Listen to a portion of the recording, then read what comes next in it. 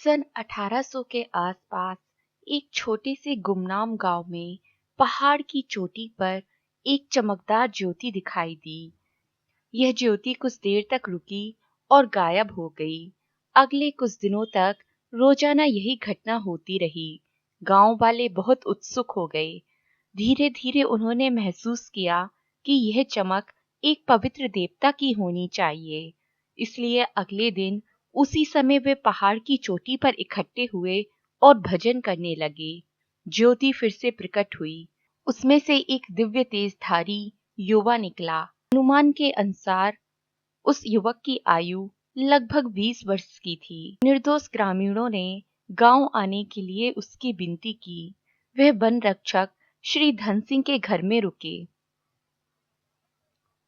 गांव वाले इस युवक को अवधूत बाबा जी के रूप में पुकारने लगे।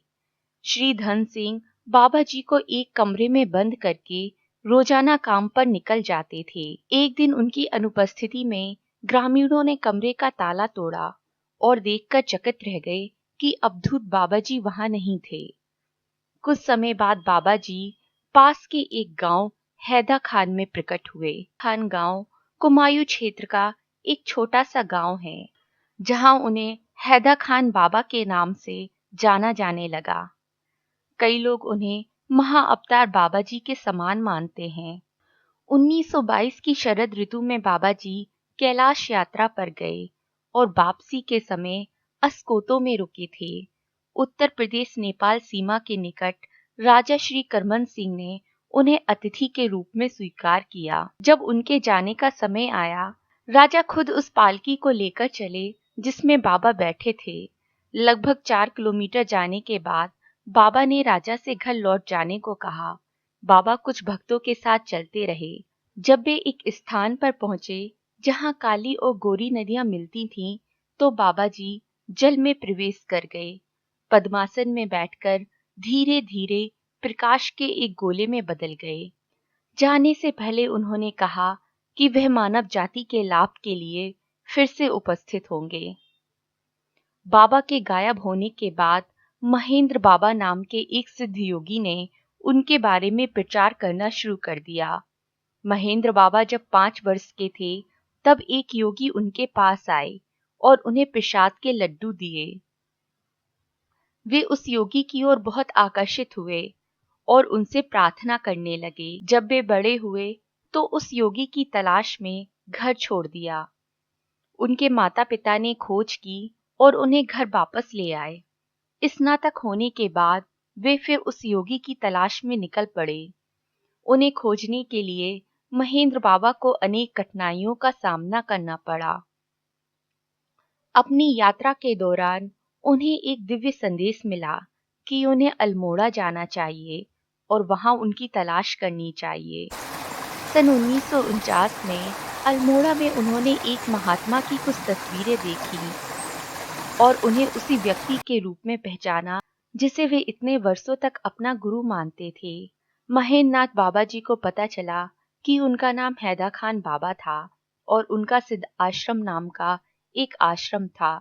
जब वे आश्रम गए तो बाबा जी वहां नहीं थे, इसलिए उन्होंने अपने आप को एक कमरे में बंद कर लिया और प्रतिज्ञा की जब तक हैदा खान बाबा के दर्शन नहीं होंगे तब तक वे अपनी योग मुद्रा से बाहर नहीं आएंगे। हैदा खान बाबा ने उन्हें दर्शन दिए और उन्हें भविष्य के काम के लिए मार्गदर्शन दिया, आशीर्वाद दिया। महेंद्र बाबा तब वृंदावन आए और सदा शिवकुंज नामक एक आश्रम की स्थापना की। जल्द ही हैदा खान बाबा के सभी पूर्व शिष्य उनके आसपास इकट्ठे हो गए। महेंद्र महाराज अपने शिष्यों के साथ सख्त अनुशासन और अपनी योग सिद्धियों के लिए जाने जाते थे। उन्होंने खुद को हैदा खान बाबा के सेवक चरणाश्रिता बाबा के रूप में संदर्भित किया। उन्होंने सभी से कहा कि हैदा खान बाबा फिर से प्रकट होंगे। हैदा खान बाबा स्वयं सदाशिव हैं। महेंद्र महाराज ने दोनों हैदा खान आश्रमों का विकास किया। उन्होंने कटगड़िया आश्रम में एक छोटा सा मंदिर बनवाया और बाबा जी की मूर्ति स्थापित की। शिवरात्रि के 4 दिन बाद सन 1957 में स्थापना दिवस की पिछली रात को 1000 से अधिक भक्त कटघरिया आश्रम में एकत्रित हुए और पूरी रात प्रार्थना करते रहे। आधी रात के आसपास भक्तों के बीच में एक दिव्य ज्योति प्रकट हुई और जमीन से कुछ फीट ऊपर खड़ी रही। इस प्रकाश से बाहर निकलकर हैदर खान बाबा जी ने भौतिक रूप से दर्शन दिए। कुछ मिनटों के दर्शन के बाद वह प्रकाश में पुनः विलीन हो गए और वह प्रकाश स्थापित मूर्ति में समा गया। स्थापना समारोह के बाद महेंद्र महाराज और कुछ चुने हुए भक्तों ने सहज भाव से महसूस किया कि मूर्ति का दिल धड़क रहा था।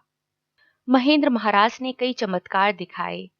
उन्होंने हमेशा जोर दिया कि वे जो कुछ हैं हैदर खान बाबा के आशीर्वाद के कारण हैं। अनपढ़ लोग, उच्च विद्वान, संगीतकार सभी उनके भक्त बन गए।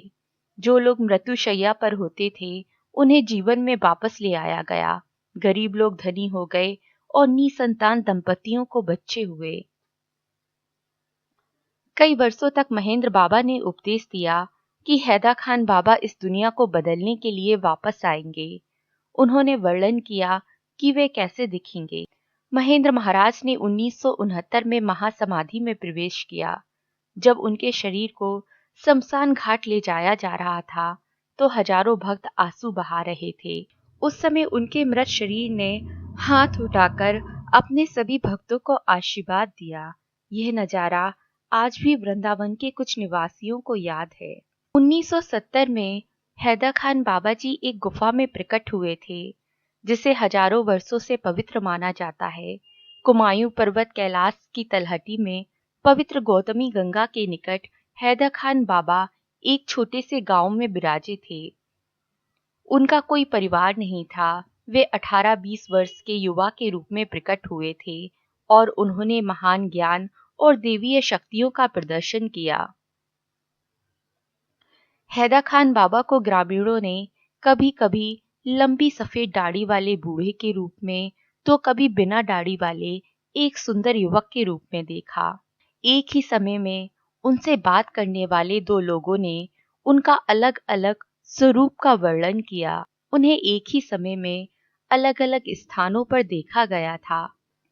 उन्होंने महीनों तक कुछ नहीं खाया, फिर भी उनकी ऊर्जा असीम थी। बद्री प्रसाद शर्मा जी ने एक बार ये कहानी अपने पिता हरि किशन शर्मा जी से सुनी थी कि श्री महेंद्र बाबा जी और उनके शिष्य एक अजीब रास्ते से जा रहे थे।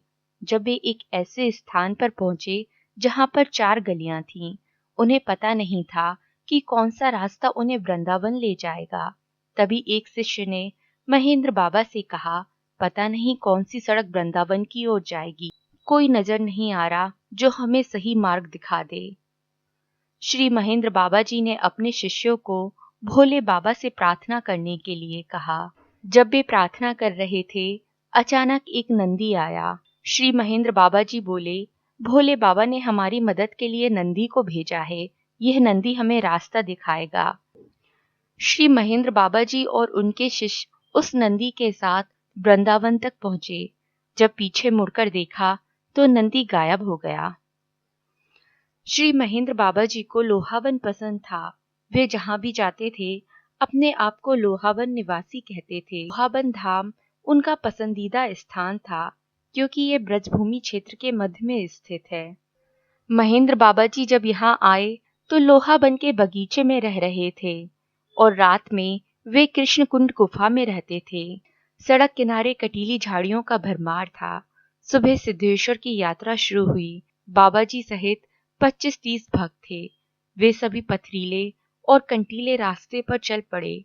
बाबा जी उन कांटेदार रास्तों पर पैदल चल रहे थे। वे नंगे पांव थे।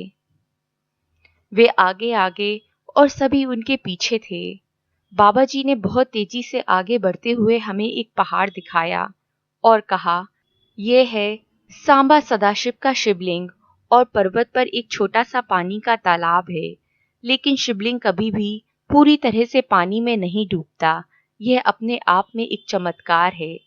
इस शिवलिंगम की स्थापना दीपगुरु बृहस्पति ने की थी। एक पत्थर की सीढ़ी पर चढ़कर सभी को राहत मिली। थोड़ी देर बाद सभी को भूख लगने लगी। जब हम सिद्धेश्वर पर्वत पर पहुंचे तो नजारा अद्भुत था। महल के शीर्ष पर एक हवन कुंड था और श्री हैदर खान बाबा की धुनी में एक चिमटा था। उस जगह पर बहुत सुंदर घास भी थी। बाबा जी ने मेरे पिताजी को आदेश दिया, हरिओम जाओ इस जड़ी बूटी को ले आओ, ये हवन सामग्री है। जब घास उखड़ी तो उससे एक सुंदर महक निकली और हवा में फैल गई। मेरे पिताजी इस जड़ी बूटी को लेकर बाबा जी के पास गए। बाबा जी ने पूछा, क्या किसी के पास खाने के लिए कुछ है? मेरे पिता ने कहा, मेरे पास खजूर हैं। लगभग 100 ग्राम खजूर थे। एक अन्य भक्त ने उन्हें एक संतरा दिया। बाबा जी ने अपने हाथों में संतरा और खजूर लेकर मन में मंत्र दोहराया और हवन में रख दिया। अचानक हवन कुंड के अंदर अग्नि देवता का प्रादुर्भाव हो गया। एक भक्त के पास थोड़ा सा पानी था। बाबा जी ने हवन कुंड में उस पानी को डाल दिया। जैसे ही बाबा जी ने हवन कुंड में पानी डाला, सबकी प्यास भूख गायब हो गई। सभी को ताजगी का एहसास हुआ। बाबा जी ने हमें सिद्धेश्वर पर्वत की महिमा बताई और कहा कि नवरात्रि में देवता यहाँ ढोल बजाकर अर्चना करने आते हैं। इस बात में किसी को संदेह नहीं था, क्योंकि सभी मानते थे कि वे हैदर खान बाबा जी के अवतार हैं।